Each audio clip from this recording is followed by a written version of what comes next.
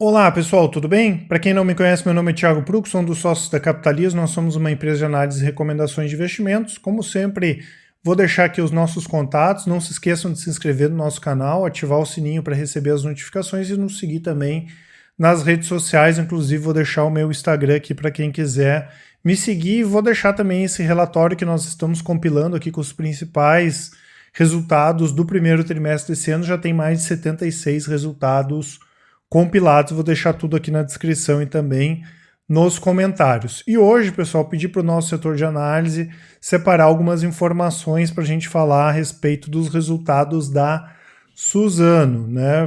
Resultados aí bastante polêmicos. Primeira questão, né, pessoal, muita gente perguntando se o que está acontecendo com a Suzano hoje é a mesma coisa que nós vimos em 2008 com a Aracruz, com Sadia e com outras empresas de dentro e fora da bolsa. Não é a mesma coisa, apesar de ter algumas peculiaridades aí da forma que a Suzano faz hedge que a gente vai ver, tá? Para quem não conhece a Suzano, ela é a maior produtora de celulose de eucalipto de mercado do mundo, né? Lembrando que o Brasil é de longe o país mais eficiente e produtivo na produção de celulose. É uma empresa que tem mais de 90 anos, exporta para mais de 86 países, são 7 fábricas de celulose, 3 terminais portuários, 12 navios, e hoje 83% da receita é mercado externo, né? E basicamente o que a empresa faz é vender celulose, quase 85% da receita é de venda de celulose, diferente aí da Klabin, que tem uma receita mais diversificada. Em termos operacionais, pessoal, os resultados do primeiro trimestre vieram muito fortes, a empresa pouco sentiu efeitos aí do coronavírus. Primeira questão, desestocagem, né, redução em torno aí de 500 mil toneladas de estoque de celulose, ou seja, mesmo com um cenário bastante complicado, a empresa conseguiu vender bem, tanto que quando nós pegamos de venda de celulose em relação ao primeiro trimestre do ano passado subiu 65%, a receita líquida subiu 22% em relação ao primeiro tri do ano passado e caiu 1% em relação ao quarto trimestre do ano passado, chegando aí a 6 bi e 900. O custo caixa, que é o custo de produção, caiu quase 6% em relação ao último trimestre do ano passado, então mostra esse bom momento operacional da empresa. Além disso, as capturas com sinergias com a Fibra aí estão vindo conforme o previsto. Então nós tivemos um EBITDA ajustado subindo 10% no ano contra ano e 23% em relação ao quarto trimestre e uma geração de caixa operacional muito forte, subindo 31% no ano contra ano, né, em relação ao primeiro trimestre do ano passado, e 52% em relação ao quarto trimestre do ano passado, chegando a 2 bi 300 no primeiro trimestre desse ano e 7 bi 600 nos últimos 12 meses. E o que nós tivemos de negativo, pessoal? Nós tivemos um resultado financeiro líquido negativo de 22 bilhões, né, sendo que em torno aí de 12,12 bi de variações cambiais e monetárias, e resultado com derivativos na casa aí de 9 bilhões de reais, lembrando que basicamente esses valores têm efeitos contábeis, basicamente aí de marcação a mercado, e nós tivemos um efeito de caixa pequeno ainda nesse primeiro trimestre, né? Mas nós tivemos um prejuízo aí de 13 bilhões de reais e com isso, né, a alavancagem da empresa que explodiu, saindo da dívida líquida pelo EBITDA de 3,43 vezes no primeiro trimestre do ano passado para 6 vezes, né, saindo de 5 do quarto trimestre para 6 vezes em reais e saindo de 4,9 para 4,8 em dólares e explodiu aqui de 3,3 vezes para 4,8 vezes quando a gente compara no ano contra ano. Lembrando que a Suzano tem operações com derivativos exclusivamente com a finalidade de fazer hedge, isso é segundo a política deles, né? E eles não devem mudar essa política, tá, pessoal? Então a gente não vai ficar polemizando muito em relação a isso, até porque quando a gente olha as notas explicativas do ano passado, essa estratégia que eu vou mostrar para vocês aqui já estava descrita, né? Então no caso da Suzano, eles fazem operações com swaps, né, para diminuir os efeitos de variações cambiais da dívida de longo prazo. Ela tem uma dívida de longo prazo muito grande em dólar e, além disso, ela tem a seguinte política, pessoal. A política determina que o excedente de dólares do fluxo de caixa pode ser parcialmente redeado. até 75% da exposição cambial nos próximos 18 meses, através de instrumentos como NDFs e o Zero Cost Collar, que é uma operação com opções, o ZCC. Então, quando a gente olha em termos de efeito caixa líquido negativo, efetivamente o que nós tivemos no primeiro trimestre foram 173 milhões de reais, sendo 11 milhões de reais referente à questão do hedge de dívida, né, que como a gente vai ver, e como eu falei, é uma dívida muito grande em dólar, e 162 milhões de reais em relação a essa questão do hedge operacional, que é essa operação feita aqui pela Suzano e justamente aqui que está a polêmica. Por quê? Porque quando a gente olha o dólar subindo, basicamente essa operação aqui travou o dólar nessa casa de 4,09 até 4,47, e quando a gente olha aqui no segundo trimestre desse ano, 3,87, 4,20, o terceiro trimestre 3,93, 4,10, 4,12, 4,53, 4,17, 4,60, 4,23, 4,70, 4,94, 4,34, 4,94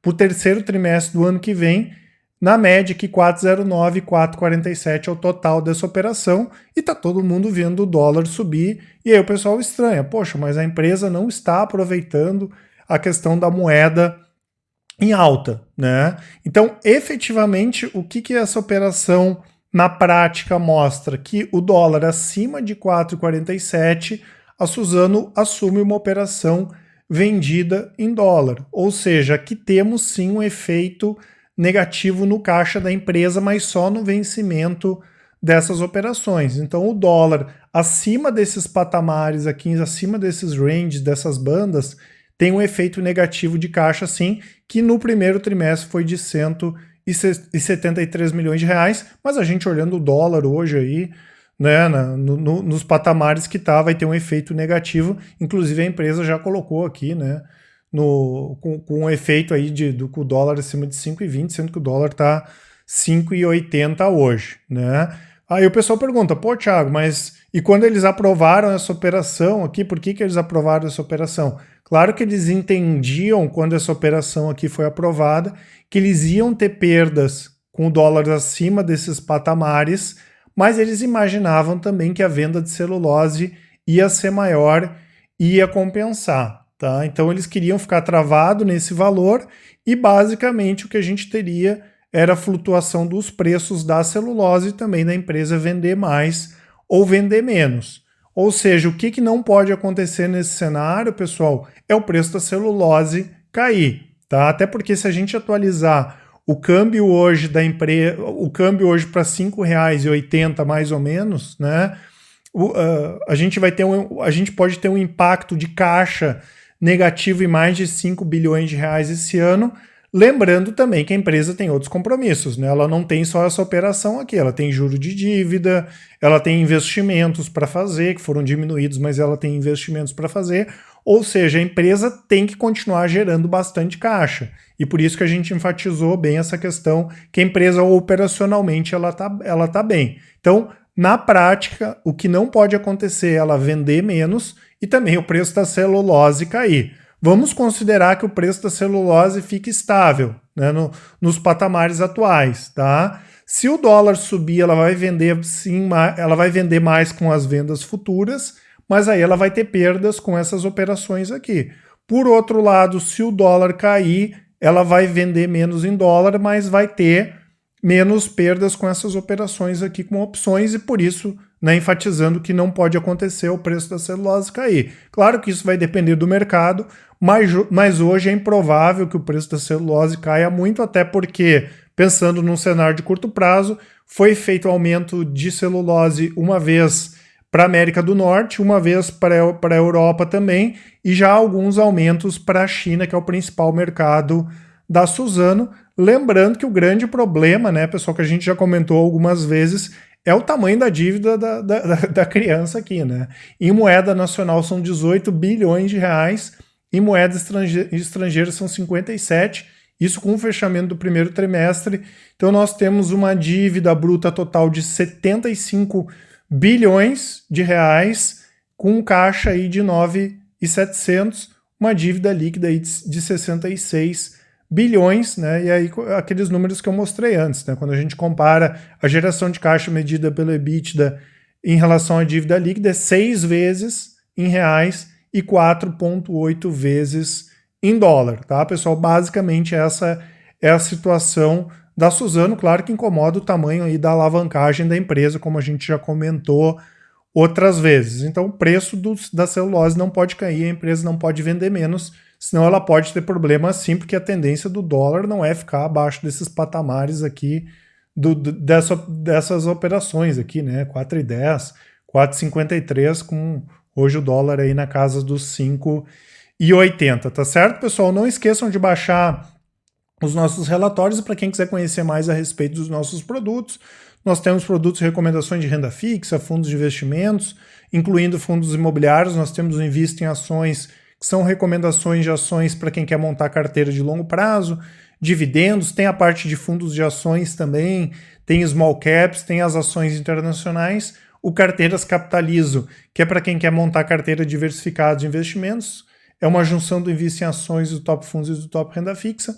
O Full Trader, que é o nosso produto de recomendações de médio e curto prazo, day trade, swing trade, position trade e assim por diante. E o Capitalismo Completo, que é a junção de todos os nossos produtos com desconto bem bacana. Além disso, vou deixar toda a parte dos nossos materiais grátis, o blog, o WhatsApp, canal Telegram, e-books, relatórios grátis, além do nosso podcast e todos os nossos contatos para quem quiser bater um papo com a gente. Tá certo, pessoal? Um abraço a todos e até mais.